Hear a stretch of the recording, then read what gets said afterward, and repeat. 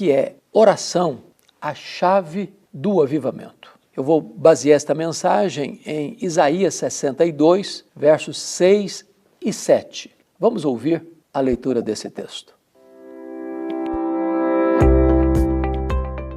Sobre os teus muros, ó Jerusalém, pus guardas que todo dia e toda noite jamais se calarão.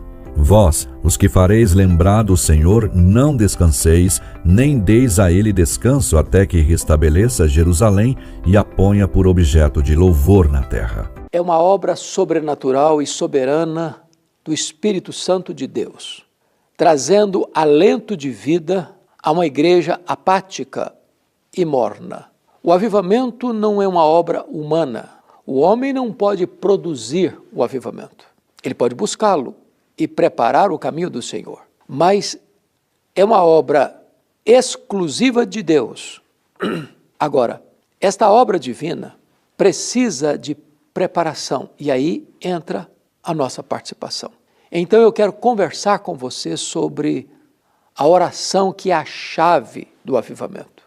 E o texto que nós ouvimos nos ensina alguns princípios desta oração que é a chave do avivamento. E o primeiro deles é a vigilância. Veja comigo o que está escrito: sobre os teus muros, ó Jerusalém, pus guardas.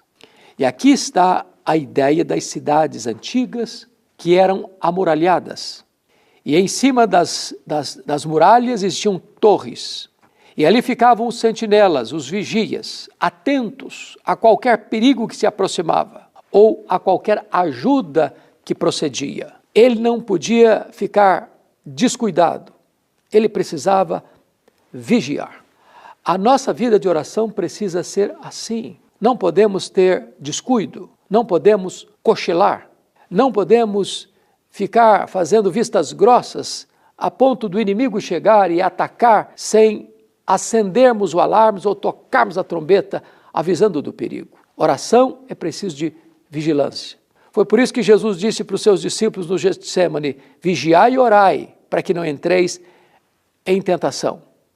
A carne é fraca, o espírito está pronto, mas a carne é fraca. Então vigie e ore, ore e vigie. Jesus falou de não esmorecermos, mas de perseverarmos na vida de oração. É de dia e é de noite, ou seja, constantemente, perseverantemente, porque aquele que ora e dorme, ora e não vigia, ora e não está atento, ele vai fraquejar.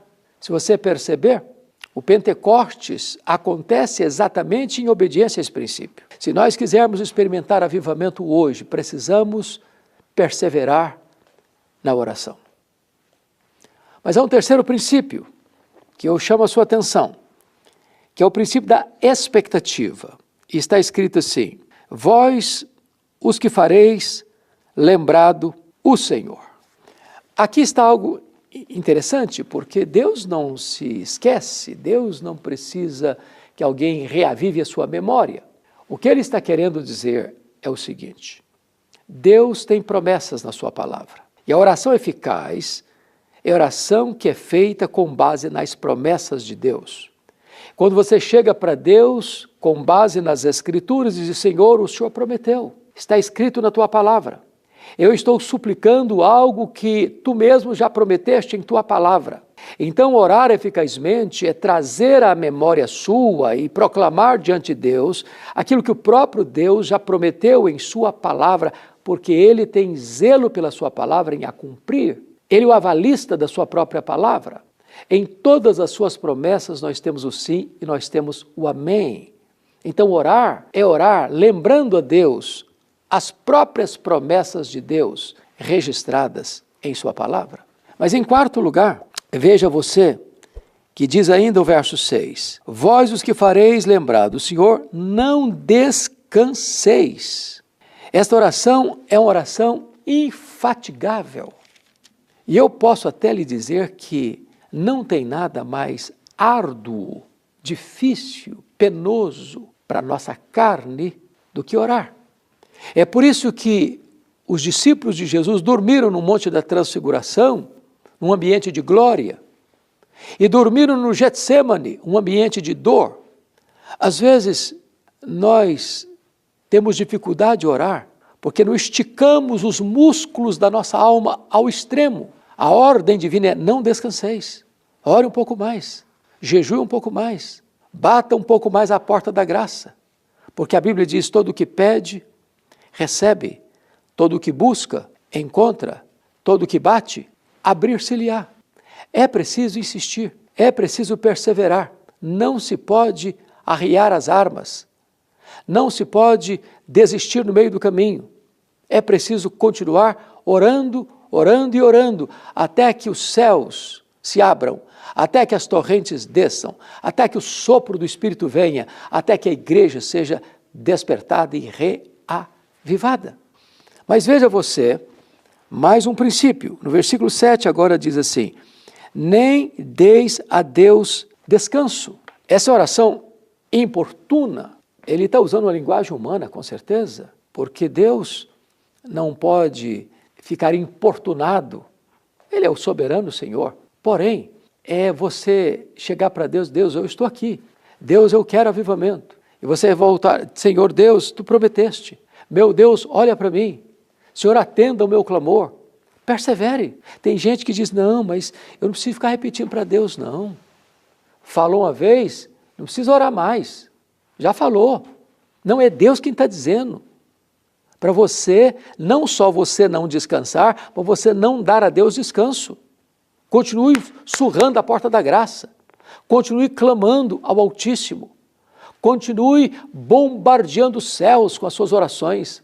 Continue clamando aos ouvidos generosos do Deus Todo-Poderoso. Persevere na oração, insista com Deus, clame ao Senhor, faça como Jacó, agarre-se ao Senhor e diga: eu não te deixarei ir se tu não me abençoares. Mas há um outro princípio. Veja você o verso 7, que diz assim, olha aí: nem deis a ele descanso até que restabeleça Jerusalém e a ponha por objeto de louvor na terra.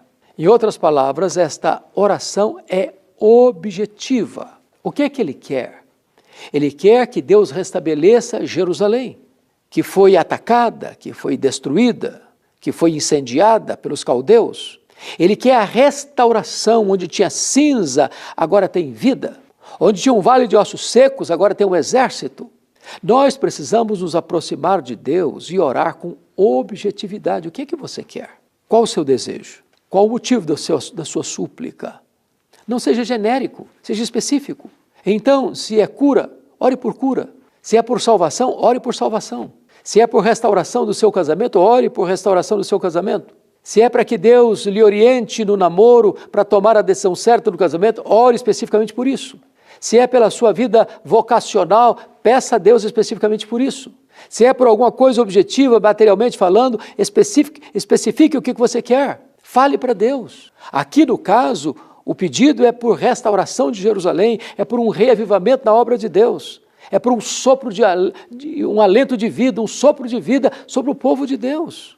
E o texto, então, vai nos ensinar uma expressão magnífica: até que. Esse até que é importante. Jesus o repete lá em Lucas 24:49, permanecei na cidade até que sejais revestidos de poder. Não desista, não ensarilhe as armas, não recue, ore, persevere na oração.